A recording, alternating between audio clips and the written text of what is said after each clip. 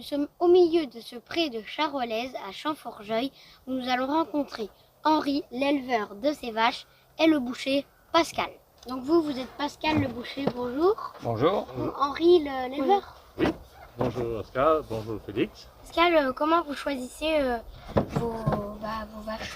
Eh bien, tu vois, on prend rendez-vous avec Henri, on vient les voir dans les prés, on regarde par rapport à leur conformation, hein, comme le développement de la cuisse, le développement des os, on regarde qu'elles ne soient pas trop osseuses, il y a plein de critères comme ça. Là, C'est quoi la différence un peu entre une bonne charolaise et une mauvaise? La bonne charolaise et la mauvaise charolaise, il n'y en a pas, suivant la destination qu'on en fait. Des bouchers, ils veulent des charolaises très conformées en muscle. Dans la grande surface, certains mettent pas des mauvaises charolaises, mais du plus bas de gamme. Il faut pour tout le monde. On ne peut pas opposer les deux. C'est sûr que les Italiens, pour faire les raviolis, ils mettent des taureaux. Voilà. Alors qu'une boucherie ne peut pas se le permettre. chacun travaille dans sa boutique comme il le sent, comme il l'entend, comme il veut servir ses clients.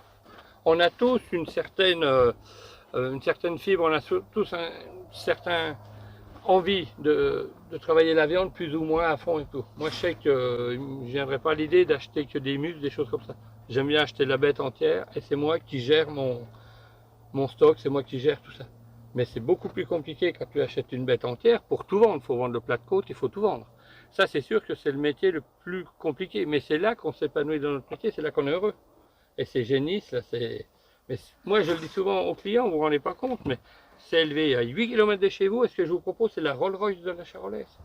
Et moi je peux ajouter un mot, c'est un bon boucher. C'est celui qui respecte l'éleveur. Comme tu nous respectes, on respecte par le prix. Voilà. Contrairement à d'autres filières dans la viande, c'est loin d'être ça.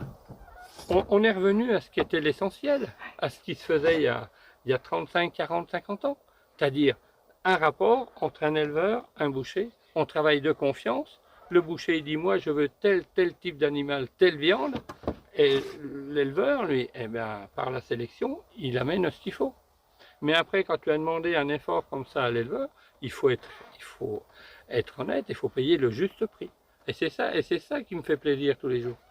C'est de savoir que mon éleveur, il vit honnêtement de son travail. Maintenant qu'on sait un peu tout sur la charolaise, on peut peut-être passer au magasin puis voir comment elles sont vendues. Eh bien d'accord, je vais vous emmener jusqu'au magasin, on va regarder tout ça. Boucherie, charcuterie, moine, rentre. Bonjour, on a quitté les prés, on a quitté les vaches, on a quitté les génisses.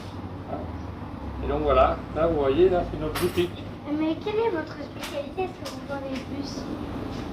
Notre spécialité, moi surtout, ma spécialité, c'est la viande. J'adore faire la viande, ce que je vous disais. Moi j'aime travailler le charolais, j'aime travailler les viandes. Et maintenant, tu vois, avec les viandes, on fait plein de choses de préparation. On fait toutes nos saucisses, on fait des pâtes. Au fond, vous êtes un peu cuisinier. On aime bien faire la cuisine. Pour être un bon boucher, il faut aimer manger. Est-ce que vous voulez voir comment on confectionne une brochette? Oui. Comme ça, vous pouvez le faire à la maison, c'est tout simple. Il suffit qu'on coupe des cubes de bœuf. D'accord? On fait ça? Ouais. C'est bon. Voilà, merci. Du coup, ça c'est quoi comme pièce de bœuf? Ça, c'est une pièce qu'on appelle le bateau. C'est sur l'épaule de la génisse, du bœuf. Et c'est une très bonne pièce dans les bêtes qu'on fait qui sont très épaisses, qui sont très belles. Voilà, on peut faire des choses. Et là, je vais vous faire les petits cubes. Je vais vous faire chacun 6 petits cubes. Et je vais vous donner chacun une brochette, un petit pic en bois. Je vais vous donner des poivrons. Et vous allez faire vos brochettes et vous pourrez les ramener à la maison. Je vous les offre. Alors, tu essaies, Voilà, je pense que c'est bon. Il faut que je respire un petit peu, ta viande, tu vois. Faut que ça soit trop entassé, tu vois, c'est plus joli comme ça. Voilà, tu vois. Voilà. La cuisson, ça cuit combien de temps? C'est une cuisson rapide, grillée, rapide, voilà. Donc, si c'est sur le barbecue, on la cuit quelques minutes. Si on aime très saignant, on ne la fait pas plus de 3 minutes, 3-4 minutes en la retournant son arrêt. Chacun va mettre sa brochette dans le paquet. pour les garçons. Hop. On va aller le souder, puis c'est pour vous. D'accord? Merci Pascal, merci Henri, merci Laurence. Moi, ça m'a fait très plaisir de vous recevoir. Vous êtes très curieux. Voilà, on a parlé de plein de choses, très intéressantes, aussi bien avec Henri dans le pré avec les vaches, hein, avec les bêtes. Et puis là, ça m'a fait plaisir que vous fassiez vos petites brochettes et puis vous allez pouvoir goûter ça. C'est super. Et puis continuez à vous intéresser à la nourriture, aux bonnes viandes. Et puis apprendre à tout le monde qu'il faut acheter de la très bonne viande.